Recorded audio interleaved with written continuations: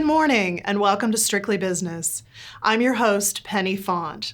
This podcast features conversations with Louisiana's most influential CEOs, entrepreneurs, and community leaders with the goal of providing insights, ideas, and inspiration to help you and your business grow. Strictly Business is brought to you by the East Baton Rouge Parish Library. Without their support, this project would not be possible. Before we begin, here's a brief message from our sponsor. The East Baton Rouge Parish Library believes that a thriving business community is good for us all. That's why we help entrepreneurs start businesses with tools like Gale Business Builder, keep commerce rolling by providing access to computers, printers, and free Wi-Fi at 14 branch locations. Get a library card. Grow your business at ebrpl.com/business. Thank you. We want to keep Strictly Business as interactive as possible, so for those joining us live, here's an icebreaker question for you. Submit your vote in the comments and the results will be posted at the end of the webcast. If you're a founder or sitting in the C-suite right now, think about the last big decision you had to make, the kind where the stakes were high, the clock was running, and the information in front of you was, let's be honest, incomplete. You made the call anyway. You had to. That's the job. Uncertainty used to be the storm we waited out. We'd batten down, hold steady, and wait for things to go back to normal. But for many leaders today, there is no back to normal. Shifting markets, new technology, economic and political cross-currents, a workforce that wants something different, the ground keeps moving. Uncertainty isn't really the weather anymore, it's the climate. So the question we're exploring today isn't, how do you survive the unknown? It's, how do you lead through it? How do you make confident calls when you don't have all the facts? How do you keep your team steady when even you can't see the path forward? And how do you turn all that volatility into an actual advantage instead of just bracing for impact? To dig into that, I couldn't ask for a better guest. Stuart Gilly started his first business at 15 years old, a construction company he ran out of his family's garage and grew into a multi-million-dollar operation before exiting at 29. He went on to found and run his own technology and security company, Skyhawk, for nearly a decade. 2 businesses, 2 successful exits, all before the age of 40. Today, Stuart is managing partner at Trility Partners, where he helps investors and entrepreneurs build and scale businesses. He's a chair with Vistage Worldwide, where he coaches accomplished business leaders month after month. And in this community, there's First Tuesday, a community initiative in Baton Rouge that, in a matter of weeks, rallied more than 80 volunteers from over 40 organizations to give back. So he's not just thinking about leadership in theory, he's living it on multiple fronts right now. Stuart, welcome to the show. Thank you for having me. I'm excited to be here with you today, Penny. You've been making big calls since you were a teenager running a business out of your garage, so let's start right there. You started your first company at 15 and exited 2 businesses before 40. How did those early years shape the way you handle the unknown today? Yeah, I think when we started the business when I was 15, uncertainty was like the playbook. We didn't really know what we were doing. And 2, I think what we learned through that was that the only way for us to learn was to go out and experience it, right? For us to be able to, gain the confidence as business owners at the time was literally just like the reps and being able to go out there and do that. I remember one of the first times I met with somebody to, make a sale to them. I remember they asked me a couple questions. I was like, yeah, I don't know. And they were like, oh, okay. Yeah. And I was like, but I'll get back to you. And so, the really cool thing I think there is just like when you don't really know, or for me at 15, not knowing, all I had the choice of was trying. I just have to go out there and get started and do something. And I think, that's still true for me today. And I think that's something that I've been able to carry with me really since those formative years of just, hey, the way I'm going to learn is by practicing and doing. That's a really great perspective. A lot of leaders right now say uncertainty has gone from sort of a passing storm to the actual climate. Does that match what you're seeing with founders and executives that you advise? I think the reality of it is like regardless of the place and point of time, everyone is going to, I think everyone's, or a majority of people are going to feel that same way. Right now is different than any time before. There's so much uncertainty. I think what's happening right now is the speed is maybe a little bit different because of what's happening with AI and how quickly things are moving. And so, it's kind of like the question what I would ask is like, well, when have people felt really certain about the time? Because I think that's just the reality is that like most people feel uncertain about their time. It's like, what do you do with that? And so I think that's what we're going to talk a little bit more about today. But to me, the maybe the biggest uncertainty right now is the speed of change. Absolutely. So, talk to me about the difference between leaders who kind of freeze in uncertainty and the ones who move. What is it that really separates them? Yeah, I think for me, I'd like to share maybe where I was frozen as a leader. And, I think when I think back about my career, I think about the times that I was most paralyzed or frozen was really when I was in a place of isolation, where I was really carrying all of the burdens alone. I was searching for the perfect answer. I only had my perspective.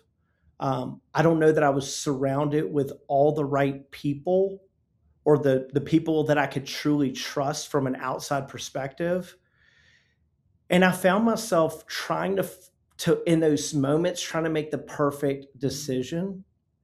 And so for me, I think it's really the isolation factor is where I see most leaders get paralyzed. And then when I see with them actually deal with the isolation side, and now they start to not carry the burden alone. They don't look for the perfect answer.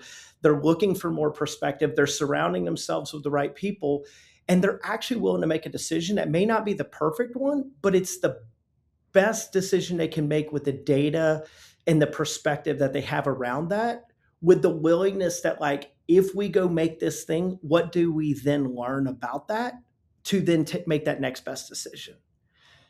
And I think for years, probably why I was so passionate about that is because I look back on things that I would sit with for like 2 or 3 years. And I look back on it and I'm like, why did I do that? And the reality of it is, I did it because of like how gripping isolation can actually be for a leader. So, let's take that a little bit further. How do you personally make peace with not having all the answers? After recovering for years and years of feeling like I had to have all the right answers, right? I think it's about stewardship. I think it's about taking the opportunity that we have and not having to be so certain about everything, but just like, hey, what is it that God wants me to know about this thing? And how do I steward this? Not from a place because I have all of the information or all of the answers, but just like, how do I lead through this? How do I lead the people who are on the same bus with me about this? Right? Like, I think stewardship is something that's like really important for us because then it focuses on what we're doing today versus the outcome, right? It's like, okay, I show up today in this way. I'm leading this way. I don't have the answers. They don't have the answers. How do we steward those conversations? How do we start to, think about these opportunities and ways in which we grow as well. And I think one of the best things to put in front of a leader or an organization is uncertainty. I mean, I think sometimes when things are going really well for us and things seem really certain, I wonder like how much are we actually learning right now? That is such a great point. Let's shift a little bit and talk about decision making. Making confident calls without complete information. So, when you're facing a major decision and the information is incomplete, what's your process for moving forward anyway? Yeah, I think that's a great question. I mean, most leaders are not just myself included in the past. It's not a bunch of micro decisions. There are micro decisions that I think sometimes we can kind of use like yesterday's experience or last year's experience and we can kind of make those. But when you're talking about a major decision, I think where I failed on that is I didn't get curious enough. I didn't really ask better questions. It was like I was almost like, again, going back to that like perfect solution of like, oh, we got to go do this thing and we got to hit it out of the park, or we got to, because this is a major decision. And how often do these things come along, right? It was more about like, are we willing to ask more questions? Are we willing to start to like really challenge our own beliefs around it? Maybe even getting clear about like, wait, why do we really want this thing? Like what calculating, like what are those risks? What do others perceive as a risk that I'm maybe not even thinking about? And I think sometimes that big decision, we maybe see it for what is possible. And so we get fixated on like, if I do this thing, it can do that. And we don't, it's almost like we get so excited about, we get punch drunk about that thing that we forget to sometimes back away a little bit and say, hey, can I emotionally detach myself from this decision and invite a few other people in here who I can now ask better questions and let them ask better questions? So I think curiosity really helps in that. You know, for someone who wants to move fast, maybe they look at that as like, hey, that's a bad idea. Okay, cool. But if those big decisions are really, really important to you, I would get as curious as possible around it. I love that curiosity. So let me ask you this. How do you tell the difference between a gut call that's worth trusting and one that you should second guess? You know, I think it all ultimately comes down to a gut decision, right? Because there's no playbook. Like I can't look back here and just grab this thing and it says, oh, it's got this exact scenario with all the elements and everything that's behind it, and this is what you do. So I actually think it's all a gut call. I think it's just like, is the gut call rooted in the experience and the perspective of myself and others that I trust? Or is the decision really driven by like fear or ego or hurry, urgency? Like, no, we have to do this right now. And so I think it ultimately comes down to it's still a gut decision. It's just what's driving the decision, the final gut decision. Is it data? Is it curiosity? Is it perspective? Is it leaning on, you know, like I'm a huge fan of mentors and seeking wisdom from others who have already done it before, others who skinned their knee 10 years ago. And I can look at the scar on their knee and I'm like, ooh, that's really ugly. I don't want that. And they're like, all right, cool. Let me tell you more about that.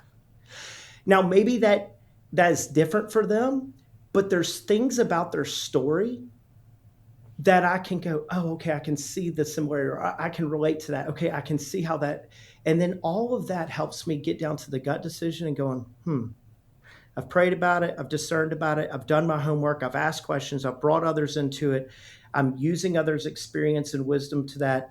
That gut decision feels like something that makes me sleep at night and not have to second guess it and go, you know what, I did the best I could. Yeah, confirming your gut decision. Tell me if there's a decision in your own career that you made without certainty that really kind of defined everything after it. Yeah, there's a big one. Starting as an entrepreneur at an early age, I was 20 years into this at 35, and I found myself like really lost. What am I doing? What am I building? Why do I exist? The things at work that were really feeding me, they started to not feed me. I like coffee, right? So if you give me a coffee penny, I'm going to enjoy my coffee. If you gave me a decaf coffee and I took a sip, I'd say something's missing. The wins at work started feeling like decaf coffee. And I found myself in this place of prayer and discernment of like, okay, the things I've been hoping for, the things I wanted, you know, the next conversation and get me in that room and all these other things, they started feeling different.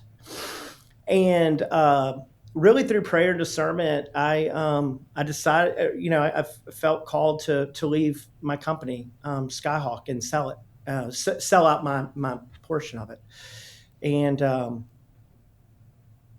I didn't know where I was going to go. I didn't know what was next. I'd never been an employee of a company, so I was kind of like, would anybody even hire me? Do I go back and become an entrepreneur again? I mean, I was lost as I could be.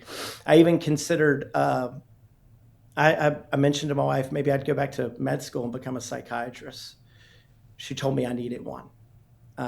So yeah, that's about how lost I was. And I think about that, and it's like there's levels of certainty. This was like void of certainty. And I just really felt like God was calling me to like walk away from there. Now, God doesn't audibly speak to me, so that makes it a little bit tougher too. But it's like for me, it was just like I just felt like He was saying, "Hey, you need to say no to this and just trust what's next." And that's faith before clarity, right? Like it's just like, hey, I don't know, and pray for my wife because she's she's riding shotgun on this thing, and she's like, so we don't have a plan, and I'm like, we have nothing other than I just feel like this is what I should do, and I can sit here 8 years later, Penny, and I can tell you, I'm just really grateful. That's wonderful. This question, I guess, plays a little bit off of that. So where do you find the line between decisiveness and recklessness, and how do you know when you've crossed it? Well, I could see where the follow up to that would be like, well, that sounded reckless, and I think from certain perspectives, I would say maybe. Um, what I would say is I wrestled with that for like 3 years deeply. Gotcha. I invited a mentor, Todd Barlow, who ultimately ended up becoming my business partner, into that conversation. I found myself in a lot of like prayer and scripture and journaling about this. I look at the recklessness of a decision versus the decisiveness of it is about, are we inviting the challenge into that process? Are we getting others to help us look at it? Are we doing our own job of digging deep and saying, okay, wait, why does this matter for us? Are we calculating the fact that, hey, there's no safe answer here? There is going to be, and that's the reality about every decision that we make, whether there's certainty or uncertainty. There are the positive consequences of that. There are the negative consequences of that. And I think that recklessness is if you make that decision without this counsel, without this experience, without looking at the data, without getting like really clear to be like, okay, what's the best case result for this decision? What's the worst case of that? What are some success factors around it, right? And so I do think as leaders, we make reckless decisions. It's just, is it, I heard someone talk about this yesterday. Is the decision a stem, a branch, the trunk, or the root, right? And I hope when we're making reckless, it's more at the stem level. Like, hey, I made a bad choice for lunch today. I'm joking. I know you're not talking about lunch, but I'm just saying let's make that, but if it's a branch or trunk or a root, what are we doing to just like really put our energy and our thinking and being willing to be open and vulnerable about that to the people that we trust? I think that's just really important for us, for all of us, myself included. This is true for me. I have to do it this way because I've done it the other way and it doesn't serve me. So let's think about a founder or just anybody who might be paralyzed by analysis right now. What's the first thing that you would tell them? Yeah. So, and that's a great question, right? Because you could take what I've already said and you could go to some extreme of this and it creates paralysis, right? Like, okay, I've talked to 30 people and I've got all this shared wisdom and perspective and all these things. And now I'm just like even further into the I don't know, right? And one of the things that I really love that happens specifically around like coaching and really leading other CEOs is that it's like, Penny, what's the one action? that you're willing to take today based off of this conversation that creates a little bit of movement, momentum, even a bad step, a little bit of clarity? Like I often think about it like this. Will you throw a ball against the wall and let's just see which way it goes? Like, I'm not asking you to make the big decision. I'm just like, what's the next step that we can do that just gives a little bit more clarity, or we learn something new so that it informs the next decision that might be just a hair bigger. And so when we're paralyzed, I think it's about movement. I think the other thing, so that's one thing. I think the other thing about paralyzing, which I'm very passionate about, is that I think when we're really thinking about our own problems and the things that we're dealing with, the number one antidote for me on that is to go out and serve somebody. Like, okay, I'm going to leave my stuff at the door for 5 minutes. And I just want to say, Penny, what can I do today to support and serve you in some sort of meaningful way? How can I do that? And I find that when we can just disconnect and detach a little bit from the thing that I'm really deeply worried and concerned about, it's like it's in serving you and giving to you that I think I receive fresh eyes from my own. I think I may be like, who knows? Maybe there's even something that we talk about that's like, oh, okay. I'm not doing it for that. I want to do that because I want to serve you and love you and honor what it is that you need. I'm just saying there's something very powerful about doing that and having something. Maybe it doesn't unlock anything for us, but it at least gives us distance, our own, vantage point to be different to the thing that we were just like holding on to and carrying so tight that now we've essentially become paralyzed over that thing. I want to shift a little bit to leadership, which kind of builds off of what you were just describing. So that taking that human approach to business, people over numbers, how does that show up when everything feels unstable for your team? What would you recommend in that situation? I just think people are not line items. Give me any leader that's really achieved and in a true, I guess there's influencers out there, maybe, I don't know. Anyway, I like to think they still have a team behind them, right? But those leaders are standing on the shoulder of those who showed up every single day and did the things that they need to do. And what I love, and I've had some people here recently, like some clients share this, and where they've really chosen their people and put themselves in a financial disadvantage to make sure that they were weathering the storm of what was temporary, because they could not imagine letting that person go or not holding on to that person or reinvesting in that person when the sun wasn't shining. Mm-hmm. And the thing is that I pray that we develop more leaders like that in Baton Rouge, because that's a community I want to live in, where it's like, hey, the downturn's happening and those CEOs and those business leaders are investing in those people. They're holding the line and they're saying, hey, today we may not be making the profits we need, but we're galvanizing our team. And here's the thing, here's the reality of it. The teams know. The teams know when business is down. They know when all that stuff is. And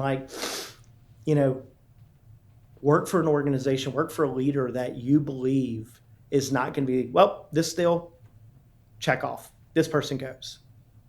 Find those leaders. And by the way, they live all amongst us.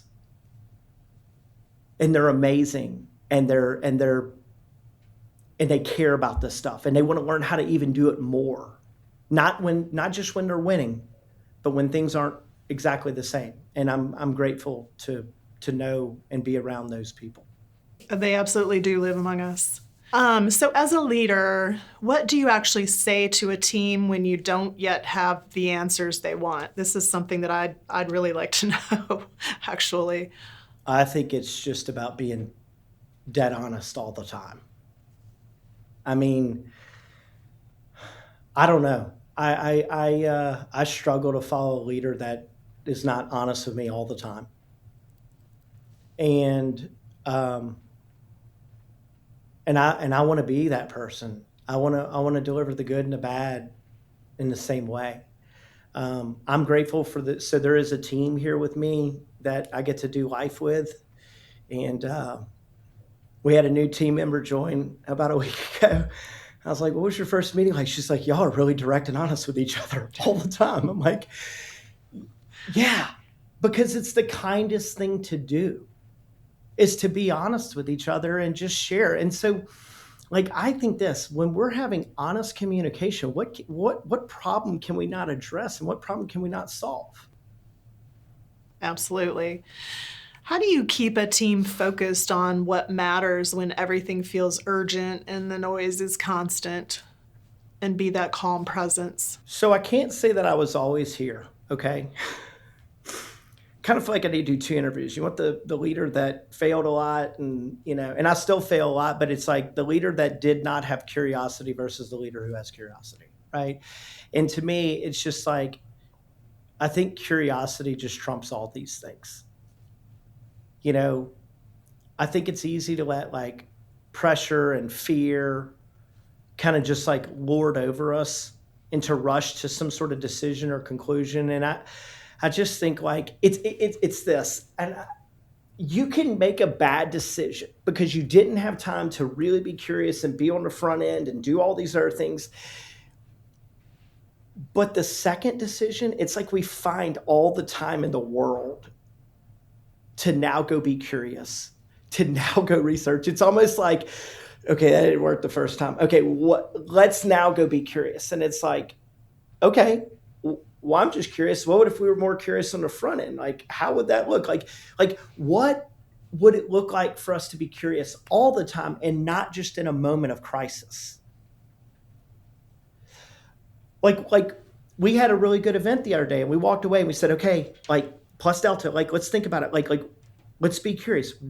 Where did things go well? And where were things that, looking back on it, we can say, hey, maybe we didn't do that as well. And it's not from a spirit of judgment. It's a spirit of just like transparency and honesty and just saying, hey, I don't think that worked out well. Let's talk about it. That type of communication, in my opinion, a cadence like that on a regular basis keeps us from having these types of conversations down the line where people are like, I'm really bottled up about this. This has been bothering me for 3 months. And now we're going to really do it. When this person's like, well, it's been bothering me for 3. And now all of a sudden the curiosity feels more like weaponized than the curiosity being something that's really like tweaking and modifying.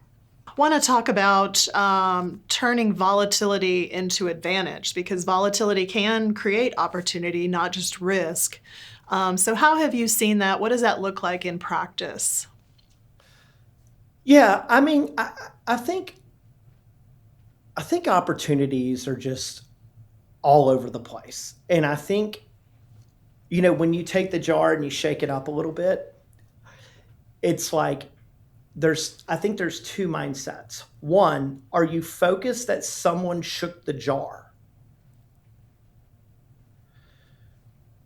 Or two, do you look at the gaps that have now been created through that to go, hey, there's a lot of disruption happening here.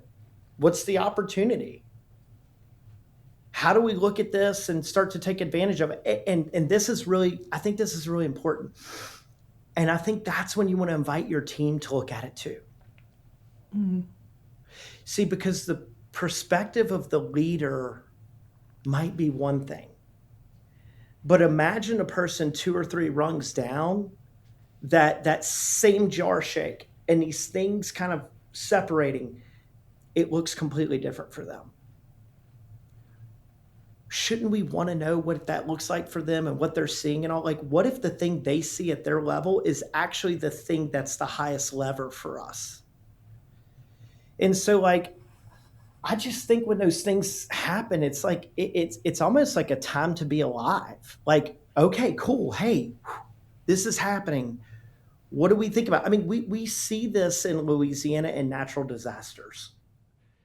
I mean, it's maybe a little bit different because I'm not talking about the monetization of it, but I mean, like, when these things happen, you see people who are like, oh gosh, poor pitiful us. And then you see others who are like, wait a second, there's an opportunity to step in and serve somebody and do something here. And we have heroes all over Louisiana that we can point to who have gone out and like done that type of work. And I know we're going to talk about business, but it's the same thing. So like when you think about business, you think about the shakeup of AI right now. I love seeing our local leaders right now who maybe weren't AI people before. They're like, okay, what do I need to know about this? They're showing up to the workshops that we're doing at the library, right? They're showing up asking questions about like, hey, how do we learn more about AI? I think that is like, that's the opportunity. Take the volatility of it and go do it. And here's the thing I'd rest with. If you don't do it, your competitors are doing it. Absolutely. So I don't know. Like, I think we should probably consider that as an opportunity, not like, oh, this is being done to us, but it's being done in front of us. And what does that mean for us? And how do we think about that? Great advice. So, unfortunately, we're nearing the end of this. It's been a great conversation. One last question for you. If a founder or an executive takes just one thing from this conversation into their uncertain stretch, what do you think it should be? What do you want it to be? I think experience creates confidence. Okay. And I think by moving and doing things and inviting that right perspective and the right data and getting all the people around you so that as you go to make that next decision, whether there's certainty or uncertainty around that, use that to continue to create or use those opportunities to continue to create your confidence as a leader so that you can continue to move forward. I just don't think we grow when we stay stuck in these things. I just really don't. And I want to live in a community where the leaders have the confidence to lead because they're willing to make those decisions even when things are uncertain. Stuart, this has been so inspirational. Thank you so much for your time. We appreciate it. Yeah, I really thank you, Penny. And I love, I'm a big fan of all the things you guys are doing. Y'all are really giving a voice to, the business leaders here in town. And I think our role to grow the community very much sits in the business communities.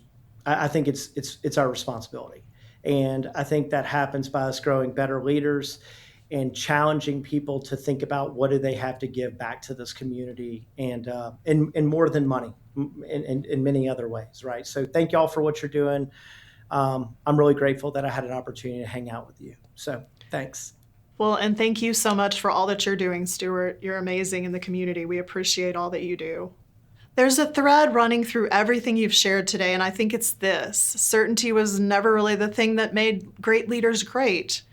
It's the willingness to move, to take care of your people, and to find the opening while everyone else is bracing for impact. That's what separates the leaders who get through from the ones who get ahead.